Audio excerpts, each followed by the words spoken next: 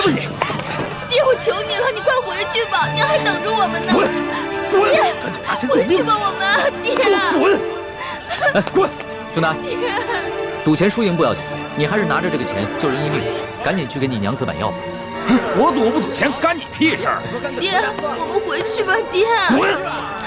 来，哎，买定离手，买定离手。爆的！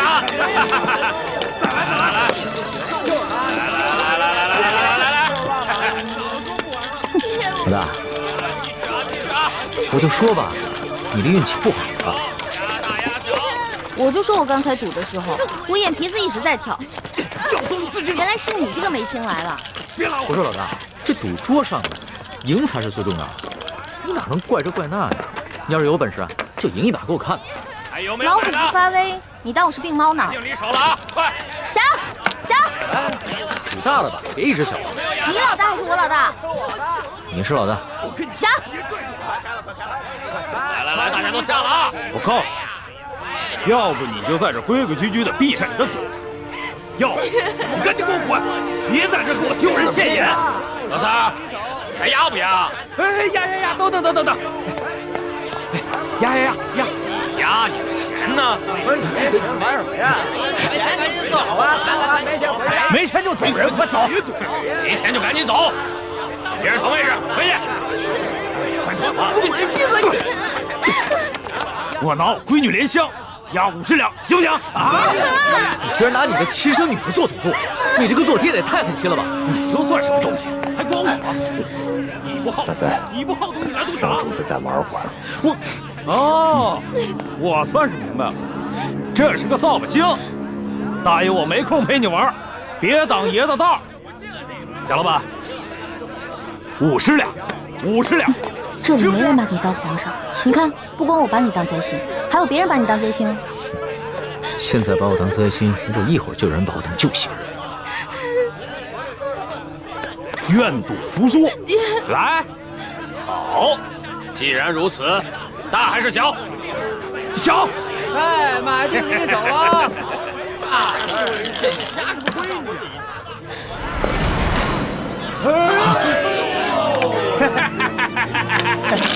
老子通杀！行了，这骰子一定有问题。我怎么没看出来？我是火眼金睛，你一凡胎肉眼，当然看不出来。快，我们走！站住！站住！贾老板，咱们可都不是外人。贾老板，你放了我，放了我闺女。一个月，我肯定把钱还你，翻倍。何三儿，愿赌服输，这可是你自己说的。你的女儿留下来，什么时候你有钱了，再来赎你的女儿。把她拖出去！贾老板，我求你了，贾老板，就饶了我这一回吧。我这是开赌场的，不是开善堂的。滚！贾老板，走，且慢。贾老板，有何指教啊，这位公子？贾有才，你每次都摇出豹子，这个是怎么训练出来的？赌场赌的是手气，手气好的时候，一连开几手豹子是有的；手气不好的时候，连续输了10几20手，也是很正常的。风水轮流转，输赢无定数，对不对啊？没错，对。好，说的有道理。那你敢不敢跟我赌一把？我这开赌场的，还不敢跟人赌吗？好啊，就这么定了。假如你赢了，我给你100两；如果你输了，你给我50两。还有这个小妹妹，她是另外的50两，怎么样？这可不公平啊！这有什么不公平的？不都是100两吗？她现在是我的人，身价自然也就水涨船高了。她现在值100两。刚才50两，现在就100两。你也太会坐地起价了吧！莲香姑娘明明是以50两银子输给你。我们做生意的，自然是要赚钱。你赌还是不赌？我赌。好。哎呀，走！莲香，别动，打住点。我的赌注在这儿了，你的呢？怎么着？怕我没钱啊？有钱你就拿出来。有钱拿出来呀！拿出来呀！拿出来呀！拿出来呀！借我点钱呗。哎，这个没钱，没钱不出来，没钱。借钱可以，不过我有条件。什么条件啊？赌完这一局就跟我回去。龙小弟，你这是落井下石啊！那我也是跟老大学。好，如此可效益，我答应你，给我钱。快点儿！哦。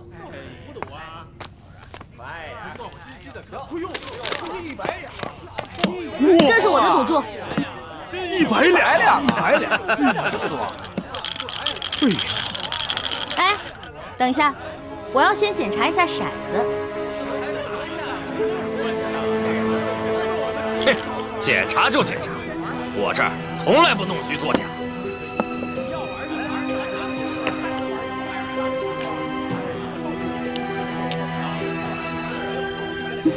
还不错，没有问题。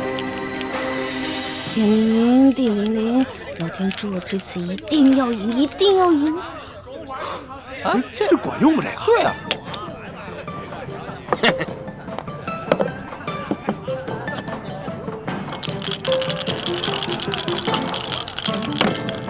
我压大，你压大，那我只能压小喽。小，我也压，买定离手。等一下，在你打开之前呢，我要先求一求神仙。这能赢吗？这可以。老天啊，老天，请保佑我这次一定要赢，请保佑我这次一定要赢。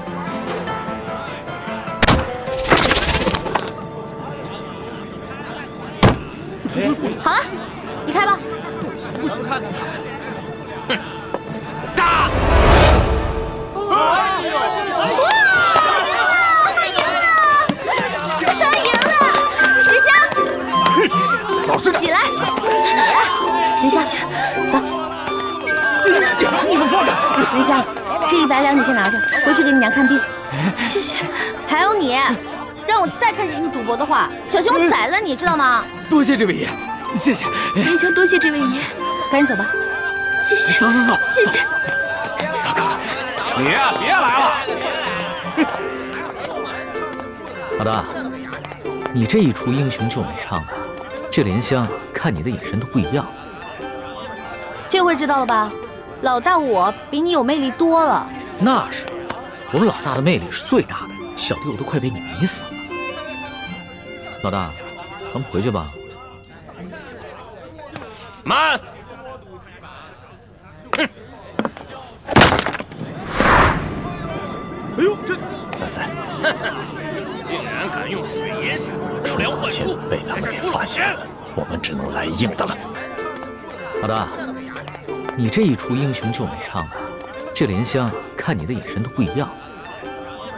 这回知道了吧？老大我比你有魅力多了。那是，我们老大的魅力是最大的，小弟我都快被你迷死了。老大，咱们回去吧。慢！哼！哎呦，这大赛，竟然敢用水银闪不良幻钱术，被他们给发现了，我们只能来硬的了。哎呦，朱老千啊！骰子是他给我的，你们找他。喂，老大，慢着！罗小弟，我走了，失陪了。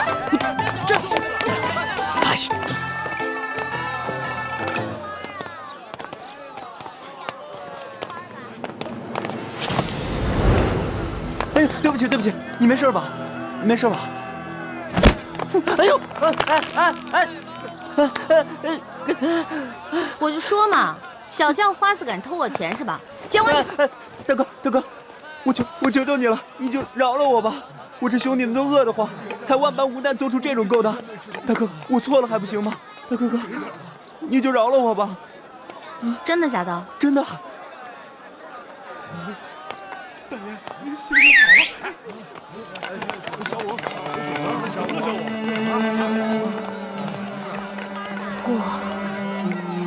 我们都是流落在京城附近的灾民，已经好多日子没有吃过一顿饱饭。对呀，是啊，快饿死了！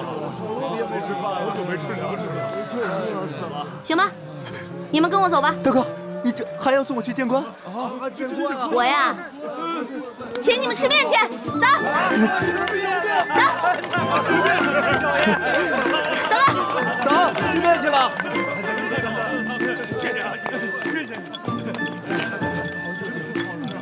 慢点，慢点，还有呢，慢点吃啊，不着急啊。大哥哥，你真好。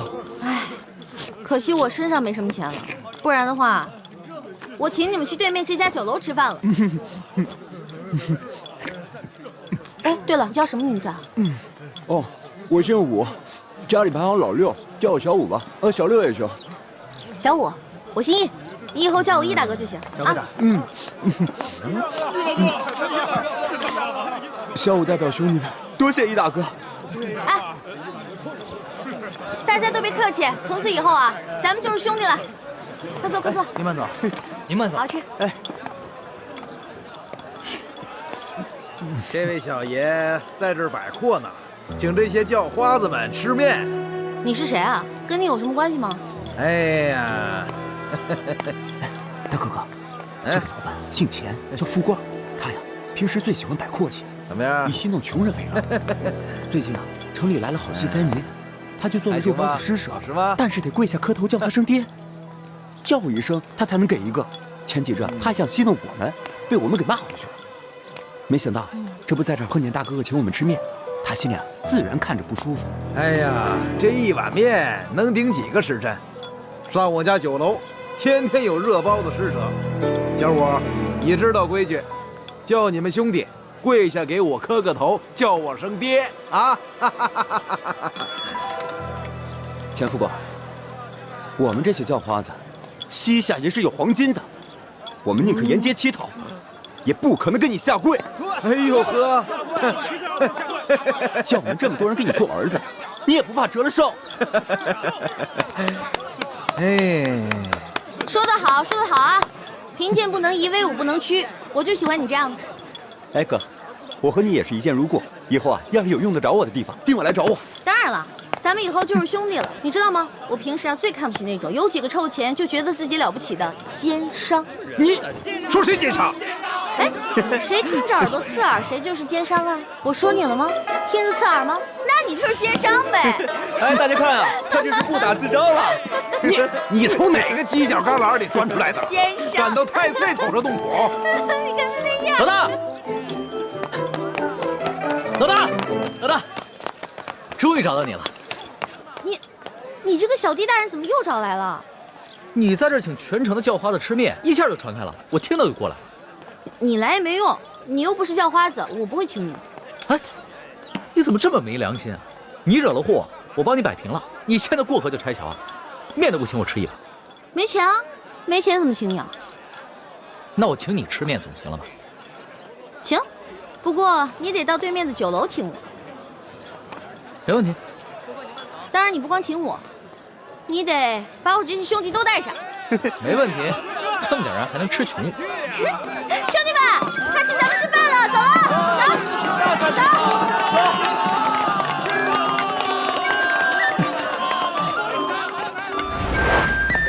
哎呦呵，还真在爷面前摆起阔来了。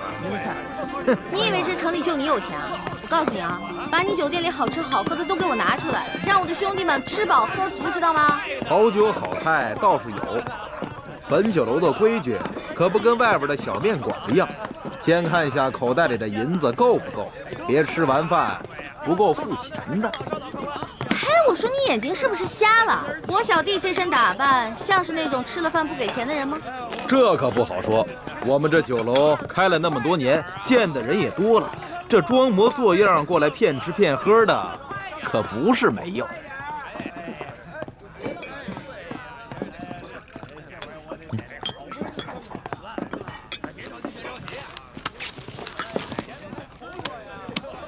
钱老板，你看够不够？哎，嘿嘿，哎呀，够了，够了，够了，够了！小二，来上菜。好嘞，好嘞。陈老板，听说你长期施舍肉包子给穷人，但是有一个条件，就是要让他们跪下来喊你一声爹。我是生意人，又不是这些穷人的爹娘，我每天给他们包子吃，救他们的性命，难道不是他们的再生爹娘？龙小弟，这种人别跟他讲道理，直接比谁钱多最有效。老大说的对，钱老板，那我就跟你比一比谁的钱多。要是你的钱没我多，不管你以后行不行善，若是要行善，就不能提任何条件，也不能以欺负穷人为乐。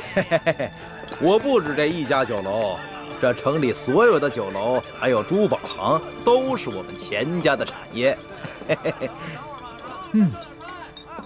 头头，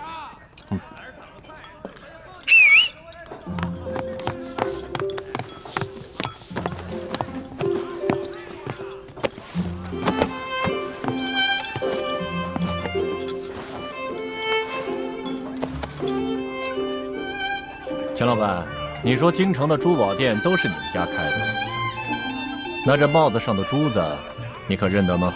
啊，南海夜明珠，只有紫禁城里才有。哼，难不成你们是宫里的？钱老板，你还跟我比钱多吗？小人不敢。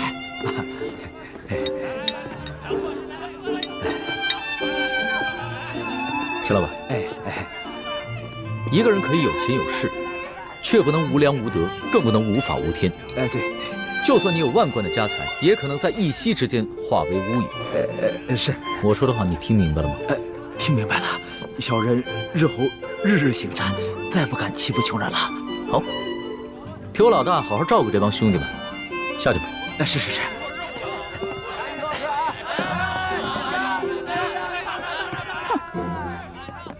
谢谢你啊，龙小弟，没想到一出来竟遇上这些恼人之事。那现在摆完阔了，等会儿请你的兄弟们吃完饭，可以跟我回去了吧？不行，我还想再玩几天。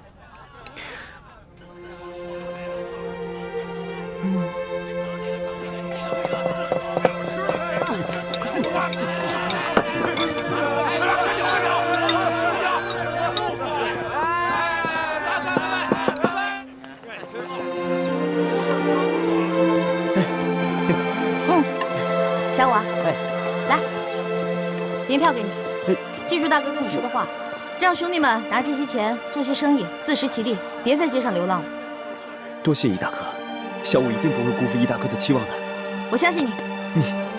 老大，你现在还想去哪儿？能不能带上我？我想再学习一点江湖经验。江湖经验啊，行啊，那我现在就教你一些真正的江湖经验。小五，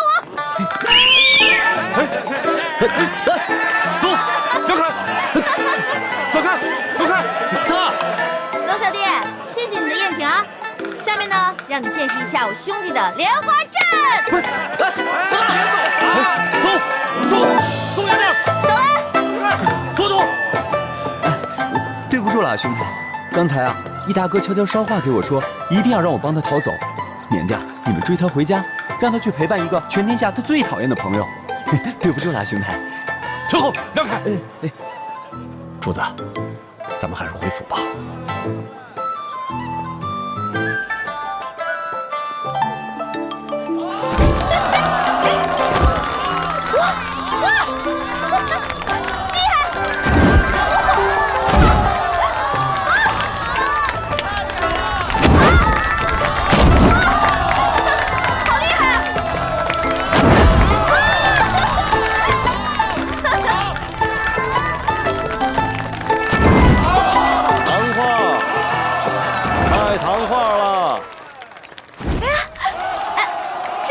这怎么弄的呀？啊，在这儿画的。我看，糖画，这是糖画啊，谢谢啊。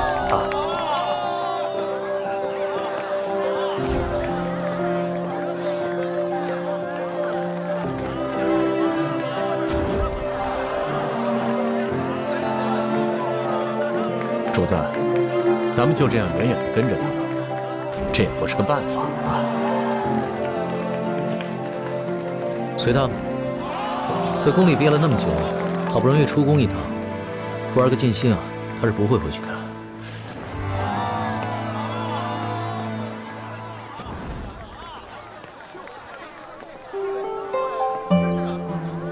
字画，卖字画喽！山水人物，挑一张你喜欢的。老板，这个我买了。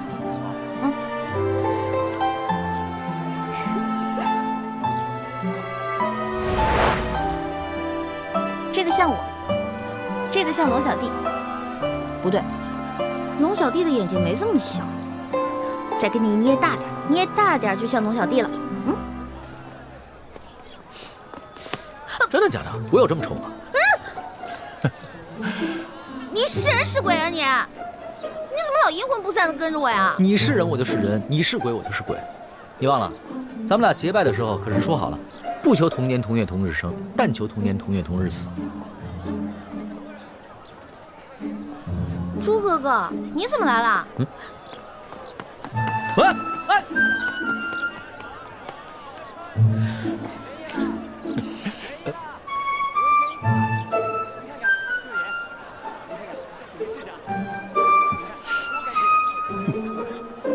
诸位客官，今天可是青楼大会，请进，请进。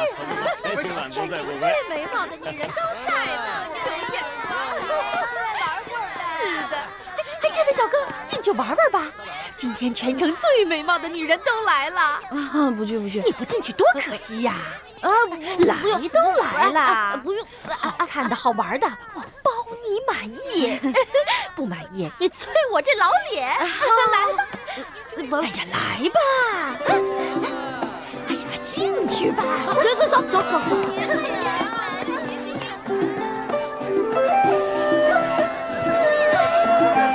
大家把酒都满上，都满上喝呀！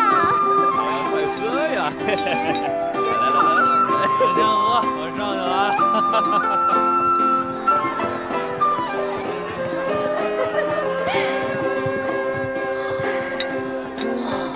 来，客官，客官，我跟你说呀，我们万花楼的姑娘那是我跟你说，最待会儿拔尖的你一定要好好的听话，个个别总是一副哭丧，知道吗？莲香嘛，客官你，莲香，恩公救我！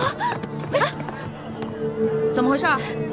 恩公，我爹把你给的钱又输光了，然后100两帮我卖到了杏花楼。喂，怎么，你们认识啊？能不能把他放了？你说什么？放了他？你是不是开玩笑啊？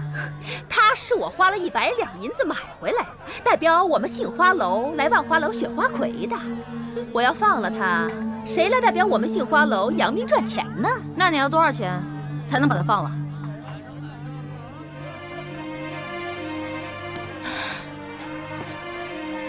怎么，你们两个是老相好啊？不对呀，这莲香还是一个厨，怎么可能和你是老相好呢？说，你到底是干什么的？我是干什么的并不重要，我就问你，多少钱你才能放了他？口气不小嘛！哎，你真想赎他呀？开价吧。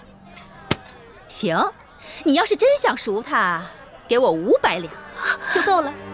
500两？怎么？没钱是吧？没钱那就少扮英雄救美。你这种人，老娘我见多了。哎，让开让开！哎，别妨碍我们选花魁。哎，我告诉你啊，我们莲香呢是又年轻又漂亮，一旦选上了花魁呀，这身价一定倍增。到时候你想赎她的话，那至少1000两了。走，等一下，怎么了？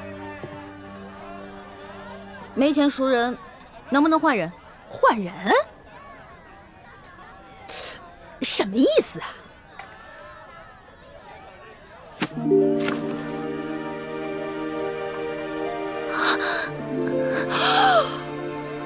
用我换他。我这做了一辈子的生意呀，我差点走了眼了我。没想到你也是个厨啊，还是一个比莲香更美貌的厨。好，你要换她是吧？我答应你。你是女的，姐姐你还是走吧，我不能再连累你了。别说话，莲香，我一定要把你救出来。我们走吧。你这个人啊，太神秘了，我可得小心一点。这万一你中途要是跑了怎么办呢？我可以放他，不过啊，是在你帮我选了花魁之后，我再放了他。好，一言为定。一言为定，走吧，换装去。看好他，走。姐姐，姐姐，来呀！刚刚易欢是在这个地方消失的，也没什么别的路了，肯定是进这万花楼了。主子，今天晚上奴才要带你去这种地方，那老祖宗知道了，非打奴才一顿不可。此事你不说我不说，老祖宗怎么会知道呢？可是，行了，别啰嗦，进去。哎呀，是，守着点啊，别动啊。都在这好好等着。热了。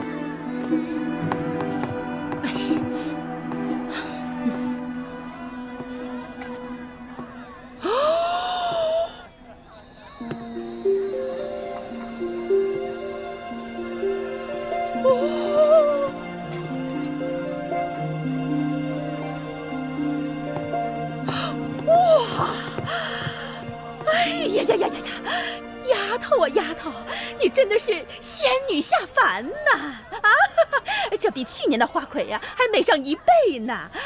我跟你说，待会儿一定要给妈妈长脸，一定要把12花楼的花魁给我拿下来。但是妈妈，我能不能先把脑袋上这花给摘了？这花太多了，我戴着难受。不行。那个。欢姑娘，只有这身衣服啊，跟这个头饰啊，才最配你嘛！啊，走，其他候选人都到了，就差你了，快点！到你了，就差你了！成了，你等会儿。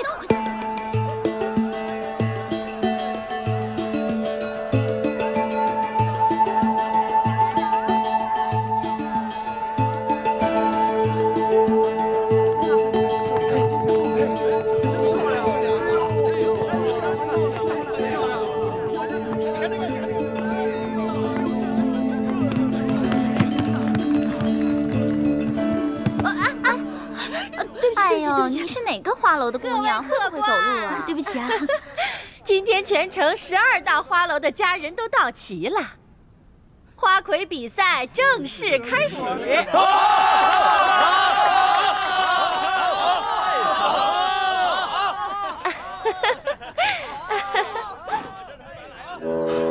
哦，主子，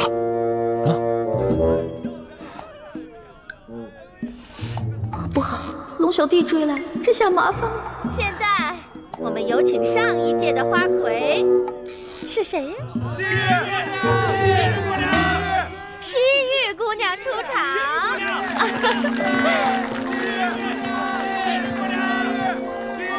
这个丫头，真是风不惊人死不休。是啊，不过她这样还真好看。是啊。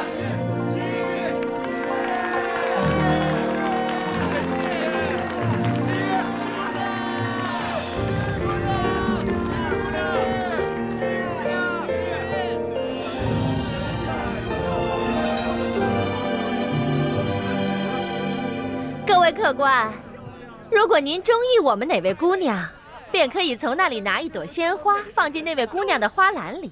今天鲜花得的最多的那位姑娘，便是我们的花魁候选人。候选人将会与上一届的花魁一决高低，胜出者便是今年的花魁。好，各位客官，就让我们来抛花选美吧。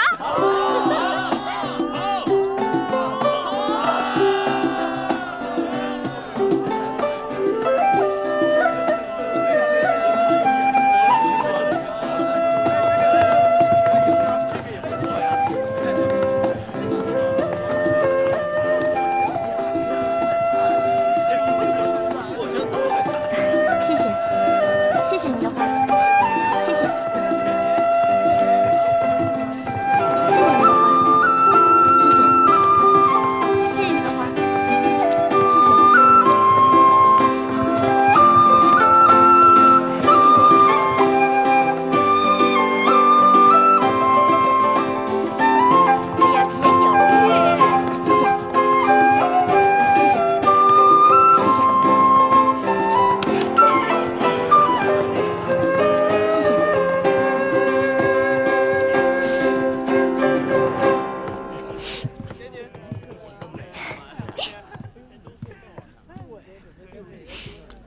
等会儿再跟你算账。多谢这位客官捧场。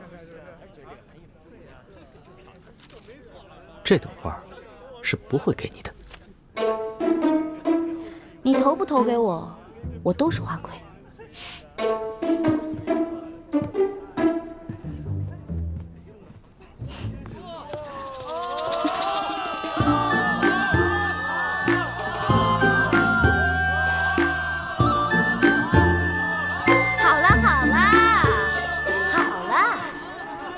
各位客官，经过激烈的抛花选美，结果是……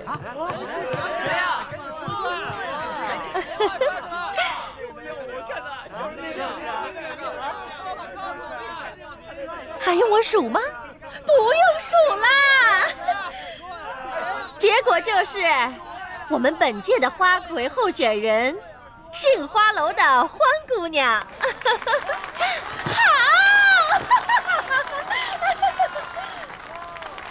现在由上一届的花魁西域姑娘与本届的候选人欢姑娘进行歌舞比试，谁得的鲜花最多，谁就是本届万花楼的花魁。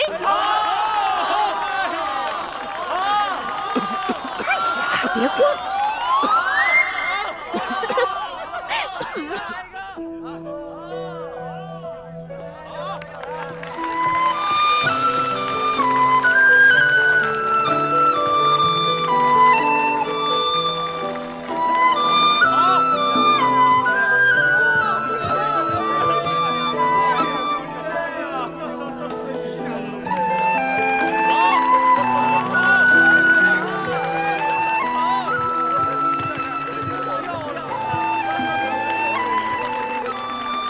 这位客官，可否借一下你的宝剑？你又想干啥？要你管。借不借？如果你要是不借的话，那我就去找别的客官借了。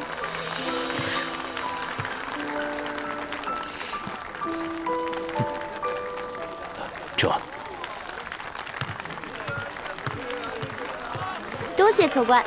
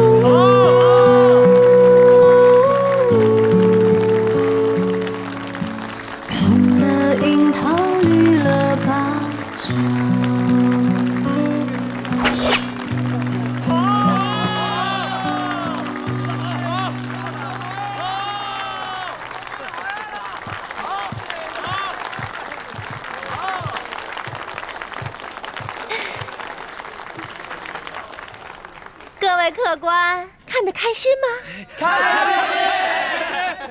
现在开始投花选花魁。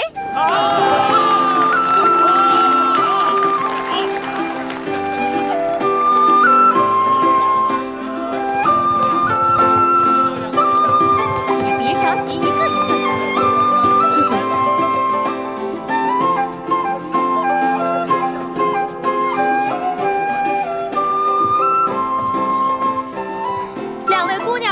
的花一样多，按规矩呀，两位都是今年的花魁。我宣布，今年的花魁是欢姑娘和西域姑娘。慢着！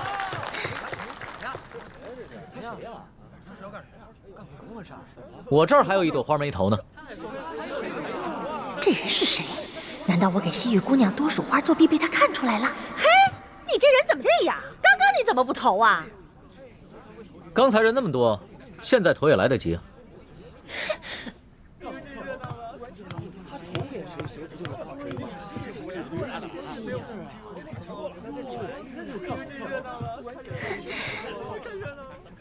那你这花儿打算投给谁呀？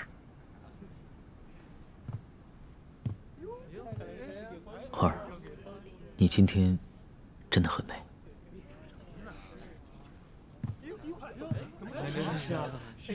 哇！西域姑娘花盘里的花比欢姑娘多上一朵，所以今年的花魁还是西域姑娘。哎呀！今年的花魁，西域姑娘。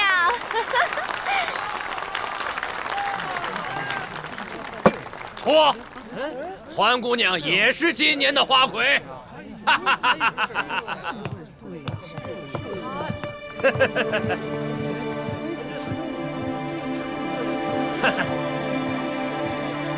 我这儿也有一朵花眉头，他们现在2个人的红花都一样，所以2个人都是今年的花魁。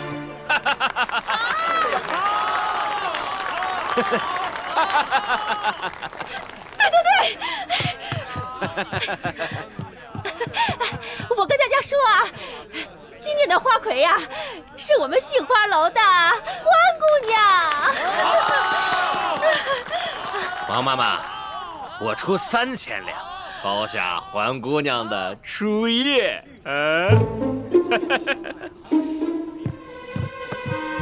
可以啊，贾老板，不过你得先把钱给我。应该的，应该的。贾老板够有钱的嘛？那是自然，我爹是直隶首富。把蓝香给我放了。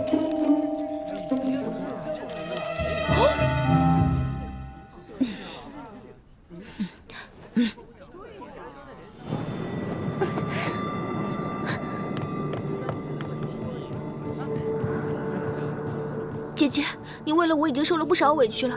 这些人他们都不是好人，你不要管我，你还是走吧。莲香，姐姐已经帮你赎身了，你拿着这些钱离开你的赌鬼弟弟，跟你娘去个好地方过日子吧。可是我……哎，不许再说了，如果你再说的话，姐姐该生气了。快走吧，走啊！您真是有眼光啊！原来你忙活了这么久，就是为了救这个莲香姑娘。不然呢？你以为我得了失心疯啊？那现在你可以跟我回去了吗？欢姑娘，咱们走吧。去哪儿啊？自然是去我们该去的地方，做我们该做的事情。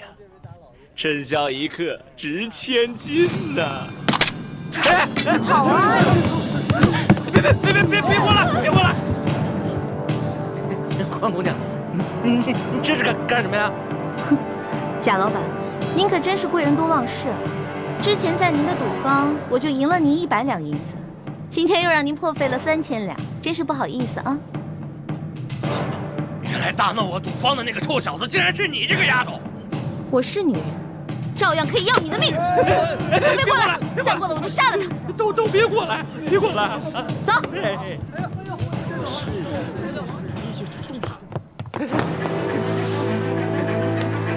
走！有话好好说啊！你们别过来啊！别过来！欢姑娘，你这……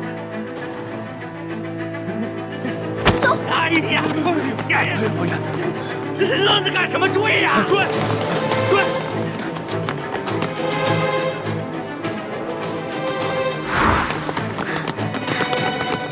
站住！追！站住！站住！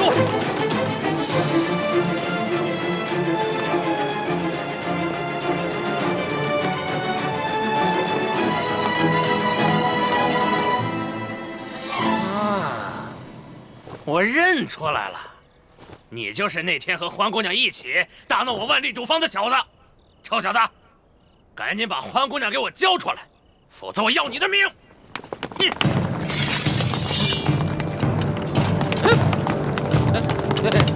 各位官爷，是不是搞错了？我可是直隶首富的儿子，我叔叔是京城的2品大员，该抓的是他们啊！该抓的是他们。直隶首富，2品大员，那算什么？我们家主子可是全国第1首富，这大清朝的第1大官儿。哎呀，大清朝第1大官儿，你以为他是皇帝老子呢？啊！贾老板，很不幸，你猜中了，我们家主子正是当今皇上。不是，跪下！万岁爷饶命！万岁爷饶命啊！万岁爷，万岁爷，小的有眼无珠，有眼无识泰山，你大人大量，放了我吧！左图在，把这为害一方的恶霸拿下，送到刑部审问，再查一查他的叔叔和爹爹是不是做过什么违法乱纪之事。这，把他那爪子给我剁了！住！哎呀，万岁爷，饶命啊！万岁爷！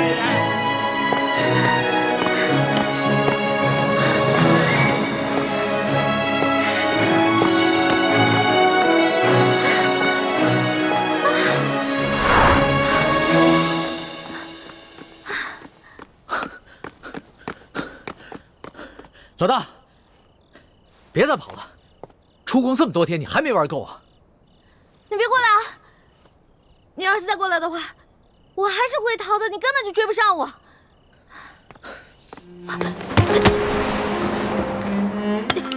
老大，龙小弟，别再跟着我了，赶紧跟索大人回宫吧，外面不比宫里安全。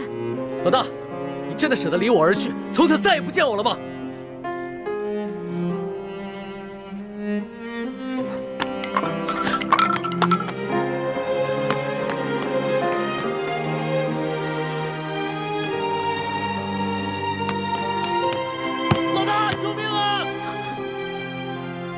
我怎么听到龙小弟的求救声了？龙小弟该不会使诈吧？可是万一他真的遇到危险怎么办？不行！住手！龙小弟，站住！你再过来，我就杀了他！好好好，我不上前，你别动他。这位大哥，你到底是谁啊？你为什么要杀我的龙小弟啊？不用管我是谁，若要让我放了他，就拿你自己的命来换。老大，你快跑吧，别管我，你不是他的对手。闭嘴，别说话。这位大哥，你是哪条道上的呀？不妨说出来听听嘛。你想要多少钱，我都可以给你的。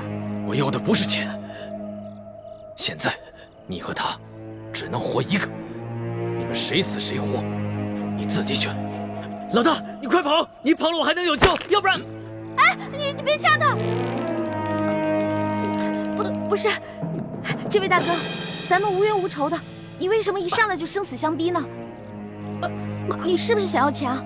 你想要多少？你告诉我，我肯定会给你的。休再啰嗦，我要的不是钱，你和他只能活一个，谁死谁活，你赶紧选。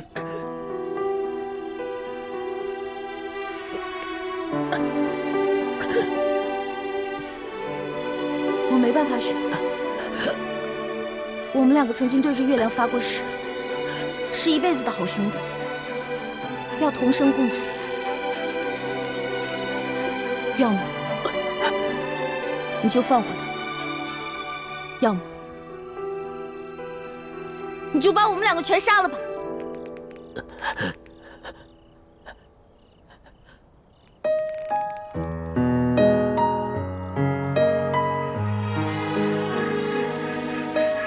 你真的愿意和他一起死？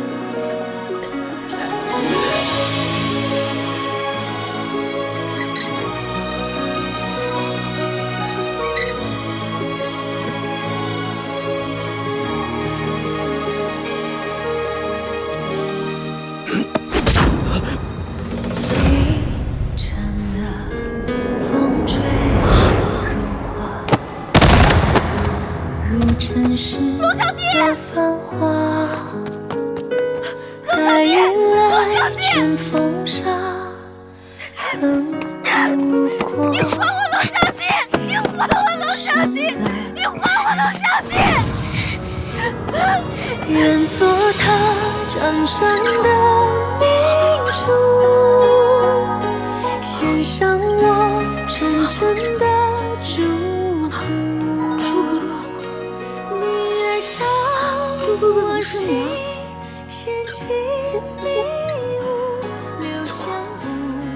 你不打了吧？对不起啊，朱哥哥，我不知道是，对不起，朱哥哥。欢梅，如果我真的杀了他，你会杀了我？我怎么可能会伤害你呢？正如你不会伤害我一样啊。但你却会自杀，以身殉情，是吗？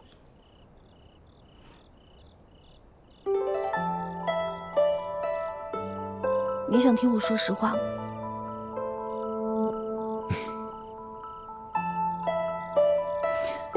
朱哥哥，身体发肤受之父母，活在这个世上，我不会为了任何一个人轻生。但如果有一天，你光复大明成功，你杀了龙小弟，我不可能成为你的皇后，我会隐居乡间，一个人生活。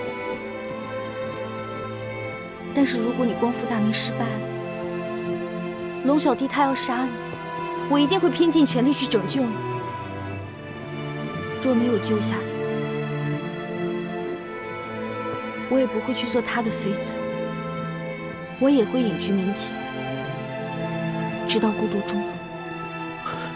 那如果我光复大明成功了，我留下了康熙的性命，你可愿意做我的皇后？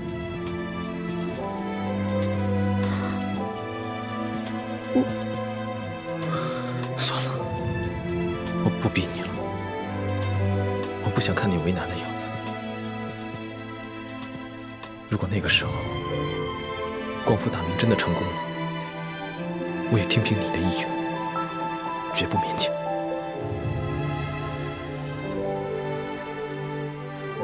欢梅，你这次出走，是不想夹在我跟康熙之间，左右为难，是吗？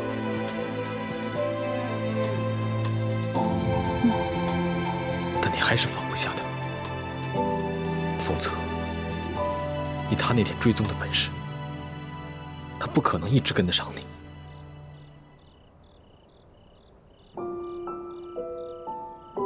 你怎么知道他追踪？难道你也一路在跟着我？你这次出走，大家都很担心你。对不起，朱哥哥，我错了。别说了，听我的话，赶紧回去吧。我答应你，如果我光复大明成功了，我不杀康熙。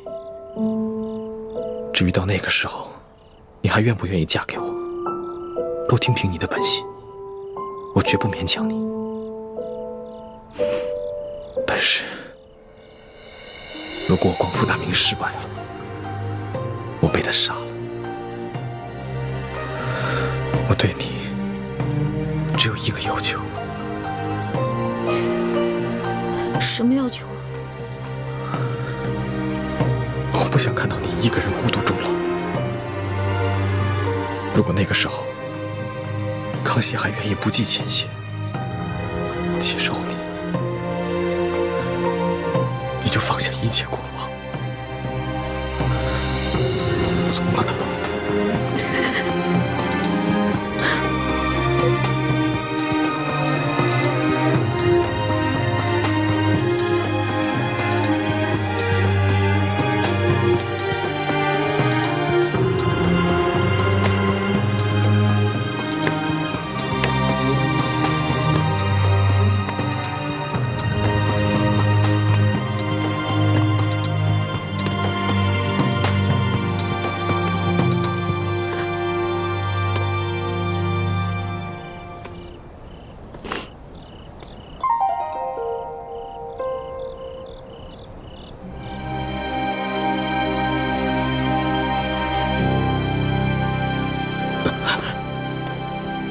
老大，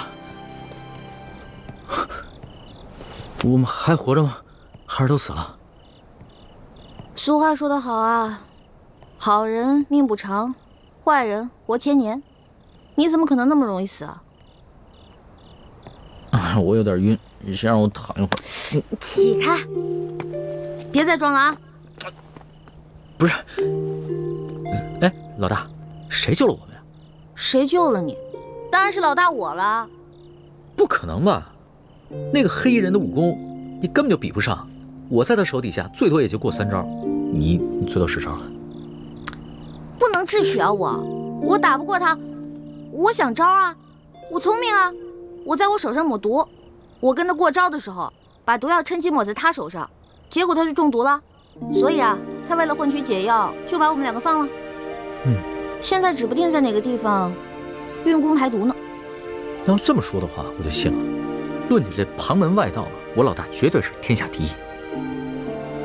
老大，你又救了我一回，你要怎么感谢你啊？别缠着我就行，我就谢天谢地了。你还没玩够啊？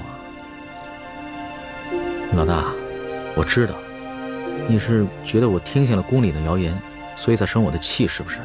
我保证，我以后再也不听信谣言了。真的？真的，我不仅是你的龙小弟，我还是真龙天子，金口玉言呢。那我也不想再回到那个大鸟笼子里了。你不回是吧？你不回，别怪我赖账啊。赖什么账啊？在山西的时候，我可是欠了你一大笔账。我的利息可高了，你还得起吗？老大，你可不要趁火打劫啊！趁火打劫？全天下哪有你这个皇上厉害？大明内乱，你们大清趁机占领了大明的整个江山，老百姓刚刚经历了战乱，想过上几天好日子，可你们呢？朝中权贵搞起了圈地，各地的官吏设置了各种关卡，变相的收取各种赋税，你们这才叫做趁火打劫，一本万利的勾当呢！我怎么了？我说错了吗？我说的都是实话。龙小弟，其实这就是我要的利息。你要记得曾经答应过我的那些话：消除贵族特权，割除积弊，整顿吏治，让全天下的老百姓过上好日子。好，我答应你，这个利息我一定还。你就不想监督着我把这笔账给还了？皇上果然是天底下最无赖的人。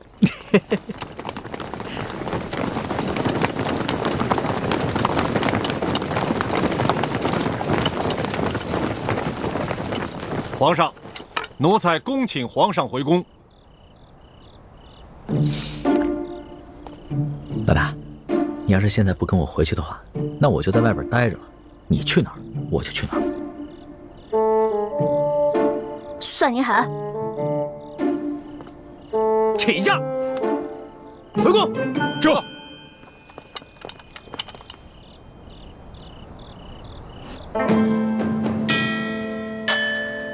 皇上回宫了。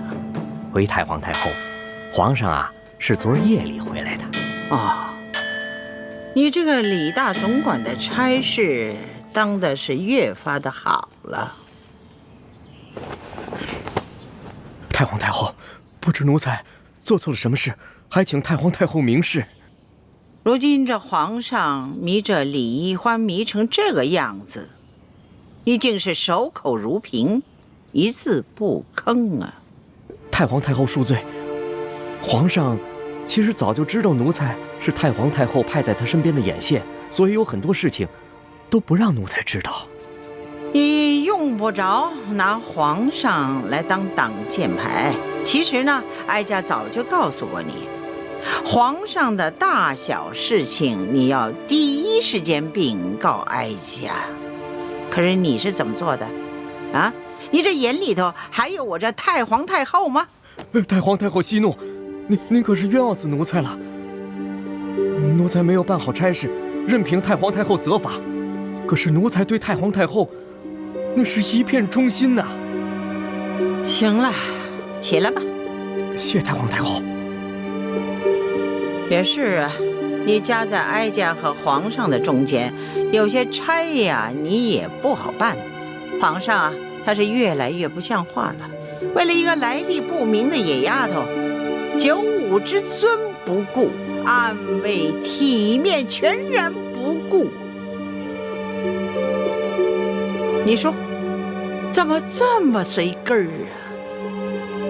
你听好了啊，这宫中，哀家绝不允许再出现一个董鄂妃。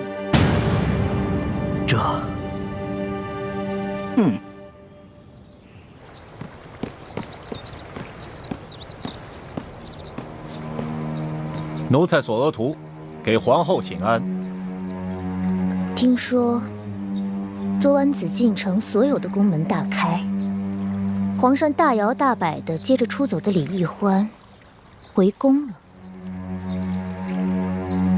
皇上就是要这样大张旗鼓地告诉我们，他相信李易欢，宠着李易欢，然后让我们所有人都闭嘴。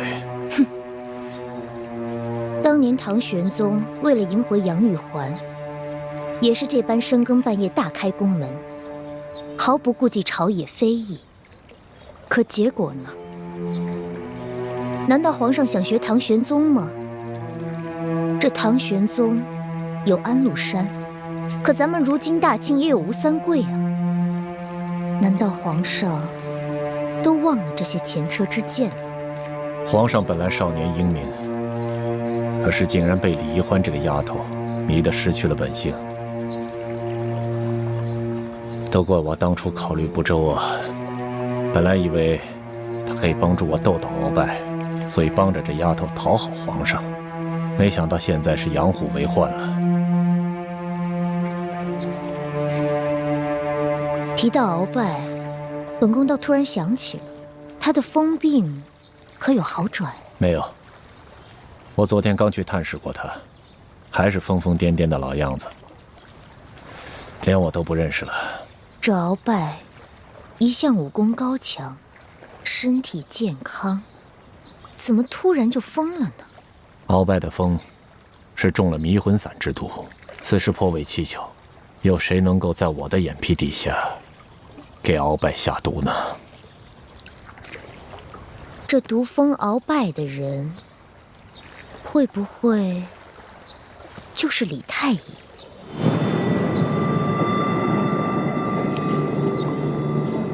我也一直有此怀疑，只是苦无证据，所以现在也不敢声张。我派了最得力的人去追查他和李易欢的真实来历，可是现在还没有什么眉目。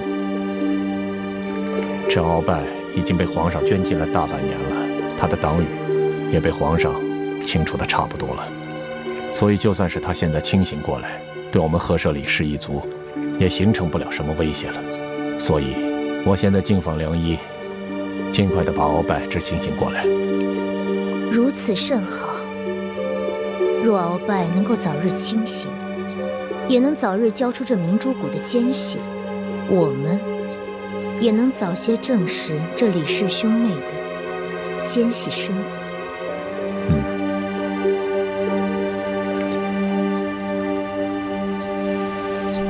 这易欢简直是胡闹，也不跟我们商量一下就擅自撤离，这岂不是叫康熙索额图更加疑心了吗？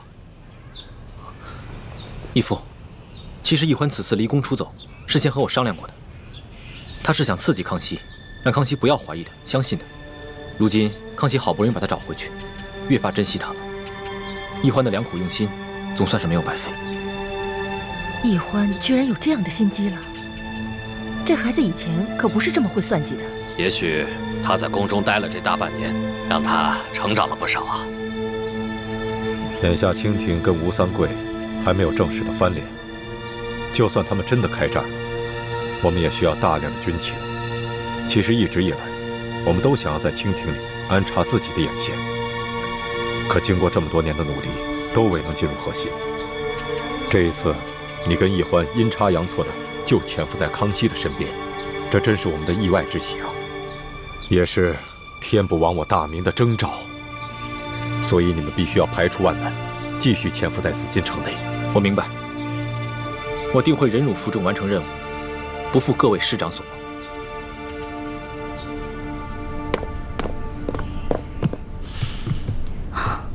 望。哇，这么多奏折，你得批多少天啊？3天3夜都批不完。你还说呢？这不都怪你啊？大不了我陪你忙3天3夜呗。老大，这次这要是不出宫追你的话，你是不是真的就再也不回来了？为什么呀？你就真的那么狠得下心，永远的离开朕？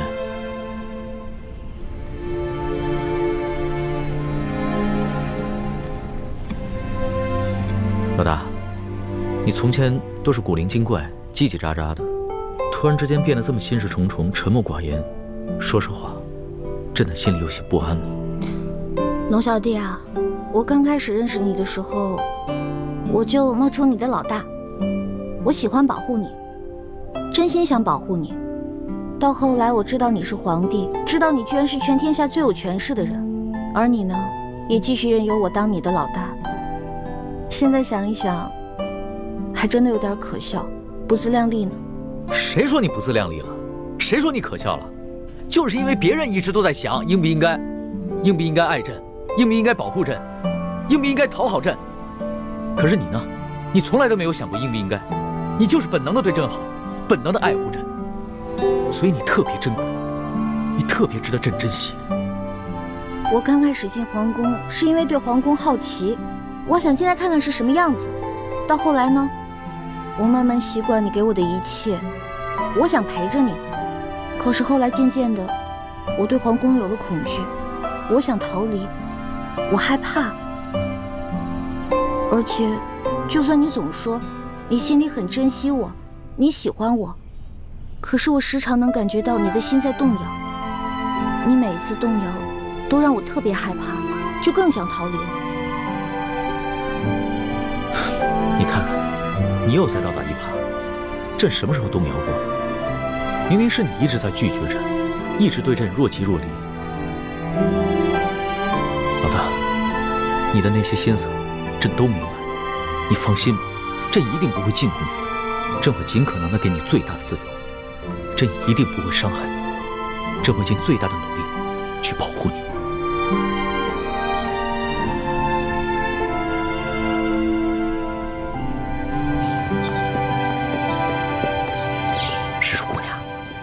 你不是都已经走了吗？你还回来干什么呀？叔父，对不起啊。我也不知道怎么了。我本来已经下定决心离开龙小弟了，可看到他不顾一切出宫来找我的样子，我心里就又动摇了。哎，你们这些年轻人啊，真是拿你们没办法。看来我得抓紧时间，找个风水先生。给自己先挑一块好点的墓地，把自己的后事料理好算了。哎，叔父，不过您放心，我跟朱哥哥绝对不会连累您的。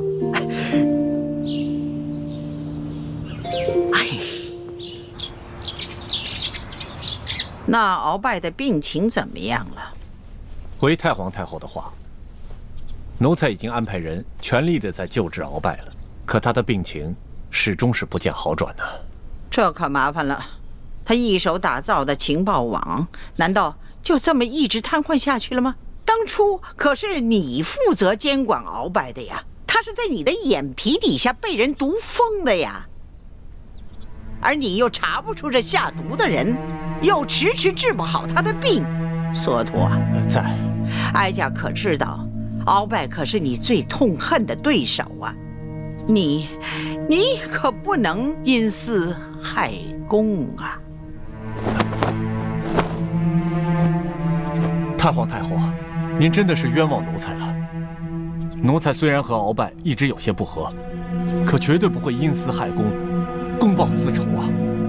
这其实，毒害鳌拜之人，奴才一直有一个怀疑的对象，可因为苦无证据，所以不敢说出来。哀家信你，你但说无妨。多谢太皇太后。其实奴才监管鳌拜府邸的时候，这李太医却可以凭着皇上的密诏，自由地进出鳌拜府邸。如此大事，你为什么一直隐瞒着不报？太皇太后，这皇上一直对李氏兄妹宠信有加，奴才手里没有真凭实据，岂敢胡言乱说呀？再说了，这李太医拿着皇上的密诏，皇上会不会在暗中对他有所交代？奴才也把握不住，所以就糊涂啊！皇上即使是有此念头，也是在鳌拜交出情报网之后啊，他岂能如此沉不住气呀？对，是奴才一时糊涂了。传言说李氏兄妹是反清联盟的奸细，鳌拜要是真的是被李太医毒封的，那他兄妹二人的身份就更可疑了。索陀，奴才在。你一定要继续的想办法，全力的医治好鳌拜。奴才谨遵太皇太后懿旨。起来吧。这。